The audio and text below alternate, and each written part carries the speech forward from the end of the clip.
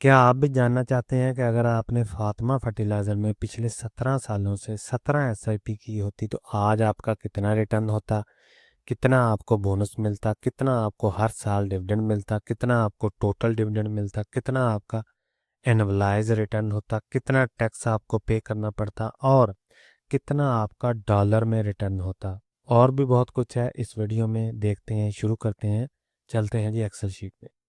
जी, तो शुरू करने से पहले आप ये चीज़ें जो है कुछ चीज़ें जान लें कि हम हर साल 1 लाख रुपए इन्वेस्ट करेंगे जो कि 1 जनवरी को होगा।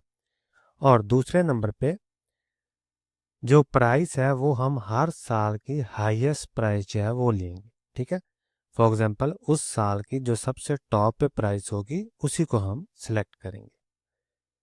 जी, तो हमने टॉप पे प्राइस जो है सिलेक्ट कर लिए। फॉर एग्जांपल 2010 में जो टॉप पे प्राइस थी, हाईएस्ट प्राइस थी, वो 14.24 थी शेयर की। तो हमने 1 जनवरी सेलेक्ट किया, तो इसी तरह हम हर साल जो है वो एसआईपी करेंगे 1 लाख रुपए की। और जो टॉप प्राइस होगी उस साल की वो हम सिलेक्ट करेंगे ताकि हम एक वर्स्ट केस सिनेरियो पैदा कर सकें और हमें ये पता चल सके कि इस कंपनी का रिजल्ट जो है वो टोटल हमें कितना मिलेगा। तो 1 लाख रुपए हमने इन्वेस्ट किया, 14.24 हाईएस्ट प्राइस थी उस वक्त। शेयर हमें मिलते हैं 7,022। 2010 में ये कंपनी ना कोई डिविडेंड देती है ना कोई बोनस देती है। 2011 में दोबारा हम 1 लाख रुपए इन्वेस्ट करते हैं, 27.8 उस शेयर की हाईएस्ट प्राइस होती है उस वक्त और शेयर हमें मिलते हैं 3597। इसी तरह 2012 में दोबारा हम 1 लाख रुपए इन्वेस्ट करेंगे, 28.23 हाईएस्ट प्राइस होती है शेयर की और शेयर हमें मिलते हैं 3542। 2012 में ये कंपनी हमें एक डिविडेंड देती है 1.5 रुपीज़ पर शेयर के हिसाब से, जिसकी वैल्यू बनती है 21,000 रुपया। आगे हम चलते हैं, 2013 में दोबारा 1 लाख रुपए इन्वेस्ट करेंगे, 29.25 हाईएस्ट प्राइस होती है इस शेयर की और शेयर हमें मिलते हैं जी 3419। 2013 में ये कंपनी एक डिविडेंड देती है 2 रुपये पर शेयर के हिसाब से, जिसकी वैल्यू बनती है 35,000 रुपया तकरीबन। इसी तरह 2014 हम 1 लाख रुपया इन्वेस्ट करेंगे और 36 हाईएस्ट प्राइस होती है 2014 में शेयर की और 2778 शेयर हमें मिलते हैं। टोटल शेयर हमारे पास हो जाते हैं 20,358। 2014 में ये कंपनी एक डिविडेंड देती है 2.5 रुपीज़ पर शेयर के हिसाब से, जिसकी वैल्यू बनती है तकरीबन 50,000 रुपया। इसी तरह 2015 में हम दोबारा 1 लाख रुपया इन्वेस्ट करेंगे और उस वक्त इस शेयर की हाई प्राइस होती है 51.25 रुपीज़ और शेयर हमें मिलते हैं जी 1951। टोटल शेयर हो जाते हैं 22,309। तो 22,309 शेयर हो गए। डिविडेंड हमें देती है ये कंपनी 2.7 रुपीज़ पर शेयर के हिसाब से, जिसकी वैल्यू बनती है 61,000 रुपीज़। इसी तरह 2016 में दोबारा हम 1 लाख रुपए इन्वेस्ट करते हैं, 44.5 हाई प्राइस होती है शेयर की और हमें शेयर मिलते हैं 2247। 2016 में भी ये कंपनी एक डिविडेंड देती है 1.25 रुपीज़ पर शेयर के हिसाब से, जिसकी वैल्यू बनती है 30,695 टैक्स के बगैर। इसी तरह 2017 में दोबारा हम 1 लाख रुपए इन्वेस्ट करते हैं, 42.2 हाई प्राइस होती है और शेयर हमें मिलते हैं 2370। 2017 में भी ये कंपनी एक डिविडेंड देती है टू रुपीज़ पर शेयर के हिसाब से, जिसकी वैल्यू बनती है 53,000 रुपीज़ तकरीबन। इसी तरह 2018 में दोबारा हम 1 लाख रुपए इन्वेस्ट करेंगे और 38.9 शेयर की हाई प्राइस होती है, शेयर हमें मिलते हैं 2571। 2018 में भी ये कंपनी एक डिविडेंड देती है 2.25 रुपीज़ पर शेयर के हिसाब से, जिसकी वैल्यू बनती है 66,000 रुपीज़ तकरीबन, जो कि हम डिविडेंड की मद में ले लेते हैं।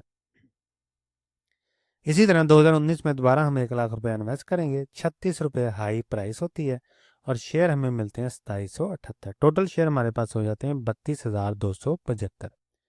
2019 में भी दोबारा ये कंपनी 1.7 रुपीज़ पर शेयर के हिसाब से डिविडेंड अनाउंस करती है, जिसकी वैल्यू बनती है 56,000 रुपया तकरीबन, जो कि हमें डिविडेंड की मद में मिल जाता है। 2020 में दोबारा हम 1 लाख रुपए इन्वेस्ट करते हैं इस कंपनी में, 32.19 हाई प्राइस होती है और 3107 शेयर हमें मिलते हैं। टोटल शेयर हमारे पास हो जाते हैं 35,382। टू रुपीज़ पर शेयर के हिसाब से हमें डिविडेंड ये कंपनी देती है, जिसकी वैल्यू बनती है तकरीबन 70,000, जो कि हमें 2020 में डिविडेंड की मद में मिल जाता है। तो यहाँ तक आपने देखा 2020 तक, 2010 से लेकर 2020 तक किस तरह हमने हर साल डिविडेंड दिया है। बोनस कोई नहीं दिया इस कंपनी ने फिलहाल। तो 2020 का हमारे पास हो गया। 2021 में दोबारा हम 1 लाख रुपए इन्वेस्ट करेंगे। 37 रुपये हाई प्राइस होती है और हमारे पास शेयर मिलते हैं मुझे जी 2703 और टोटल शेयर हो जाते हैं 38,085।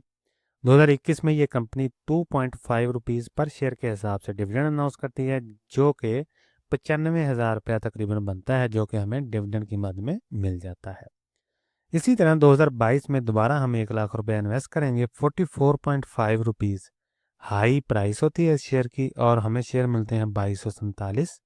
टोटल शेयर हो जाते हैं 40,332 और 2022 में ये कंपनी एक डिविडेंड देती है 3.5 रुपीज़ पर शेयर के हिसाब से, जिसकी वैल्यू बनती है 1,41,000 तकरीबन टैक्स के बगैर। इसी तरह 2023 में दोबारा हम 1 लाख रुपए इन्वेस्ट करेंगे। 37.1 हाई प्राइस होती है इसकी और 2695 हमें शेयर मिलते हैं। 2023 में भी ये कंपनी 2 डिविडेंड देती है, 3.5 रुपीज़ पर शेयर और दूसरा 1.75 रुपीज़ पर शेयर के हिसाब से। डिविडेंड की मद में जो रकम बनती है वो 1.5 लाख रुपया एक बनता है और दूसरा बनता है 75,000 तकरीबन। तो इसी तरह 2024 में हम दोबारा 1 लाख रुपया इन्वेस्ट करेंगे। 82.49 हाई प्राइस होती है और हमें शेयर मिलते हैं 1212। टोटल शेयर हो जाते हैं जी 44,239। 2024 में ये कंपनी 2 डिविडेंड देती है 2.75 रुपीज़ और दूसरा भी 2.75 रुपीज़ पर शेयर के हिसाब से। डिविडेंड की मद में जो रकम हम ले लेते हैं वो 1,21,000 एक और दूसरा भी 1,21,000 रुपया। तो इस तरह 2024 में हमने 2 डिविडेंड लिए जिसकी ये वैल्यू बनती है। 2025 में दोबारा 1 लाख रुपया इन्वेस्ट करेंगे। 155 हाईएस्ट प्राइस होती है इस शेयर की। 645 शेयर हमें मिलते हैं। टोटल शेयर हमारे पास हो जाते हैं 44,884। 2025 में भी ये कंपनी 2 डिविडेंड देती है 4.25 रुपीज़ और दूसरा 3.5 रुपीज़ पर शेयर के हिसाब से, जिसकी वैल्यू बनती है 1,90,000 रुपया और दूसरी बनती है 1,57,000 रुपया।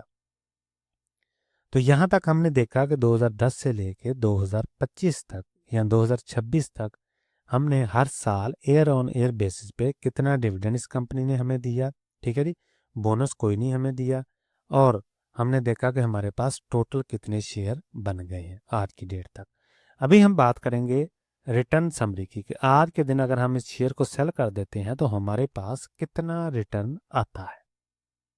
ये देखें जी, रिटर्न समरी आ गई जी। 1 जनवरी 2010 से हमने शुरू किया है और 2026 तक इसको ले गए हैं। शेयर हमारे पास आज की डेट तक बन जाते हैं 44,884। 21 फेब को इसकी प्राइस बनती है तकरीबन 156। वैल्यू इसकी बनती है तकरीबन 70 लाख रुपया। हमारी कॉस्ट कितनी आई है? 17 लाख की, सॉरी 16 लाख की, क्योंकि हमने हर साल 1 लाख रुपया इन्वेस्ट किया तो हमारी कॉस्ट आ गई 2010 से लेकर 2025 तक 16 लाख रुपया। अगर हम इस शेयर को आज की डेट में सेल कर देते हैं तो हमारे पास प्रॉफिट आएगा, वो आएगा यानी कैपिटल गेन आएगा 54 लाख रुपए का, जो कि बनता है 339%। डिविडेंड की मद में हम तकरीबन 15 लाख रुपया ले चुके हैं, जो कि 93% बनता है। ठीक है, टोटल गेन हमारे पास आ गया जी 69 लाख रुपए का, 433% बनता है। एनुअलाइज रिटर्न आ गया हमारा 20.50, यानी एनुअलाइज रिटर्न कैसे हमने कैलकुलेट किया कि हर साल हमें कितना डिविडेंड मिला, कितना हमने इन्वेस्ट किया, उसी की बेसिस पे हमने एनुअलाइज रिटर्न जो है वो निकाला, जिसे हम XIRR भी बोलते हैं। ये अहम चीज़ है। इसकी मदद से आप इस शेयर को इसी सेक्टर में दूसरे शेयर के साथ, इस शेयर को दूसरे सेक्टर के शेयर के साथ कंपैरिजन कर सकते हैं और इस शेयर को दूसरी एसेट क्लास के साथ कंपेयर कर सकते हैं। तो यहाँ तक तो बात होगी बगैर टैक्स के। अभी हम बात करेंगे टैक्स की। तो डिविडेंड के मद में हमने ले लिए 15 लाख रुपया, इस पे हमने 15% टैक्स दिया। टैक्स के बाद हमारे पास अमाउंट आ गई 12 लाख रुपया। 2,25,000 तकरीबन हमने टैक्स की मद में दे दिया। इसी तरह कैपिटल गेन, अच्छा ये कम ज़्यादा भी हो सकता है कुछ सालों में, तो आपने इसे इग्नोर कर देना है। आपने यही कंसिडर करना है कि ये 15% हमने अज्यूम कर लिया कि हमने देना ही देना है। ठीक है, ये कम भी हो सकता है, ज़्यादा भी हो सकता है, डिपेंड करता है उस साल पे। कैपिटल गेन, तो कैपिटल गेन हमें हुआ 54 लाख का। ये भी लॉन्ग टर्म में ज़ीरो हो जाता है बाद का, डिपेंड करता है कि किस साल FBR की क्या पॉलिसी है। तो इसको मैंने तकरीबन अज्यूम किया कि 15% ही हम टैक्स देंगे इस पर। तो ये बनता तकरीबन 8 लाख रुपया और आफ्टर टैक्स हमारे पास अमाउंट हो जाती है 46 लाख रुपया। तो टोटल हमारे पास आ गया जी बगैर टैक्स के 69 लाख रुपया तकरीबन। 10 लाख हमने टैक्स की मद में दे दिया और 58 लाख रुपया हमारे पास तकरीबन बचा है, जो कि गेन की सूरत में है। टोटल हमारे पास नेट जो गेन आ गया डिविडेंड प्लस कैपिटल गेन दोनों को मिला के। अच्छा, इसमें मैंने सीडीसी की फ़ीस, एनसीसीपीएल की फ़ीस, ब्रोकर का कमीशन और कोई और टैक्स वगैरह हो तो वो मैंने ऐड नहीं किया। वो थोड़ा बहुत बनता है, वो भी आप ऐड कर सकते हैं, या आप कंसिडर कर सकते हैं कि कैपिटल गेन जो हमारा ज़ीरो हो जाएगा लॉन्ग टर्म में, तो वो इसमें से माइनस कर लें तो तकरीबन इतना ही आपके पास प्रॉफिट आएगा। ठीक है, इससे ज़्यादा ही आएगा, क्योंकि अगर आपका लॉन्ग टर्म में जो कैपिटल गेन है वो कम हो जाए तो यहाँ तक हमारे पास बात होगी जी टैक्स की। अभी हम बात करते हैं डॉलर में कि अगर कोई आदमी कंपेयर करना चाहता है डॉलराइज रिटर्न को तो वो हम कैसे करेंगे। तो हमारी कॉस्ट आई है 16 लाख की, सॉरी, डॉलर कॉस्ट बेसिस, यानी हमने तकरीबन कितने डॉलर जो हैं वो इन्वेस्ट किए। जी, तो डॉलर में हमारी कितनी कॉस्ट आई है वो हम कैलकुलेट कर लेते हैं, क्योंकि हमने 2010 से शुरू किया है। तो 2010 से लेके 2025 तक हर साल जो डॉलर की वैल्यू बनती थी उसी के मुताबिक मैंने डॉलर को लिख लिया है। ठीक है, तो उसी को हमने जमा कर लिया है। तो टोटल हमारे पास बनते हैं $11,986 2010 से लेके 2025 तक, क्योंकि हम हर साल 1 लाख रुपए इन्वेस्ट कर रहे हैं। तो हर साल की जो डॉलर की वैल्यू होगी उसी को मैंने यहाँ पे लिखा है। ठीक है, और उसी को हमने टोटल जमा कर लिया कि टोटल हमारी कॉस्ट आई है $11,986 तकरीबन आज की डेट तक। डॉलर रिटर्न, यानी ये जो हमारे पास रिटर्न आया है ये टोटल जो है 69 लाख रुपया तकरीबन, ये 69 लाख रुपया, तो ये आ गया डॉलर में $24,948। तो प्रॉफिट एंड लॉस हमारे पास कितना आया, 208%। ठीक है जी, यानी डॉलर कॉस्ट पे हमें जो प्रॉफिट हुआ है वो 208% बनता है। आगे हम बात करेंगे इन्फ्लेशन की। तो ये पास की जो हमने स्टडी की है सारी, तो इसलिए मैंने इसे इन्फ्लेशन जो है इसे इग्नोर कर दिया। क्यों? क्योंकि इन्फ्लेशन जो है वो हम कैलकुलेट करेंगे अगर हम फ्यूचर की वैल्यू जो है वो कैलकुलेट करें, ताकि हमें परचेजिंग पावर का पता चल सके फ्यूचर में। तो इसलिए मैंने इन्फ्लेशन को जो है वो इग्नोर कर दिया है इसमें। इन्फ्लेशन अगर हम कहीं फ्यूचर की स्टडी करेंगे तो तब हम ज़रूर ऐड करेंगे। तो ये थे जी फातिमा फर्टिलाइज़र, हमने स्टडी किया 2010 से लेके 2026 तक कि अगर हम हर साल 1 लाख रुपया इन्वेस्ट करते तो हमें ये कंपनी हर साल ईयर ऑन ईयर बेसिस पे कितना प्रॉफिट देती, कितना डिविडेंड देती, कितना बोनस देती, वो भी हमने देखा इस वीडियो में। और दूसरे नंबर पे हमने ये देखा कि टोटल हमारे पास कितने शेयर आ गए हैं, 21 फेब को कितनी प्राइस थी इस शेयर की, कितनी वैल्यू बनती है, हमारी हमारी जो इन्वेस्टमेंट कॉस्ट है वो कितनी है, अनरियलाइज प्रॉफिट हमें कितना मिला है, ठीक है, डिविडेंड हमें कितना मिला है, टोटल टोटल गेन हमारा कितना हो गया, टोटल एनालाइज रिटर्न हमारा कितना बनता है। और फिर हमने बात की जी टैक्स की कि टोटल टैक्स हमने कितना पे करना है, ठीक है, या किया हमने, ठीक है, अगर हम करते इसमें इन्वेस्टमेंट। तो इस तरह हमारे पास ये देखें आफ्टर टैक्स भी ये वैल्यू आ गई। और फिर हमने ये जाना कि डॉलर रिटर्न में, डॉलराइज रिटर्न में हमें कितना प्रॉफिट हुआ, कि अगर हम यही पैसे किसी और इंस्ट्रूमेंट में रखते तो हमें कितना प्रॉफिट मिलता। फिर हमने ये बात की कि इन्फ्लेशन को हमने इग्नोर किया है। क्यों? क्योंकि ये पास्ट की हिस्ट्री की प्राइसेस हैं, इसलिए हमने इसे इग्नोर कर दिया। और फिर हमने ये देखा कि एयर हर साल जो डॉलर की प्राइस थी वो कितनी थी और हमने उसे कॉस्ट बेसिस पे कैसे कैलकुलेट किया।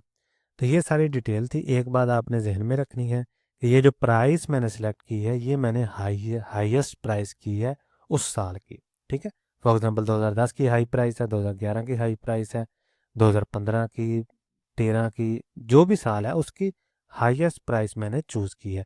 अगर आप इस प्राइस को लो कर देते हैं या आपकी बाय प्राइस कम आती है, एवरेज आ जाती है, लोएस्ट प्राइस आ जाती है, या आपको टेक्निकल एनालिसिस करके शेयर को तब परचेज करते हैं जब उसकी वैल्यू लो होती है, प्राइस की वैल्यू लो होती है, तो आपका रिजल्ट डिफरेंट आएगा, आपका रिजल्ट बहुत ही अच्छा आएगा, क्योंकि आपका रिटर्न बेस करता है आपकी परचेजिंग पावर पे। अगर आपकी परचेजिंग जो प्राइस है वो कम हुई तो आपका रिटर्न ज़्यादा होगा।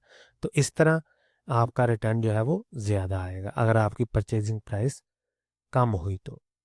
ये थी जी वीडियो। कोई भी सवाल हो कमेंट सेक्शन में ज़रूर पूछें। मिलते हैं अगली वीडियो में, तब तक के लिए अल्लाह हाफिज़।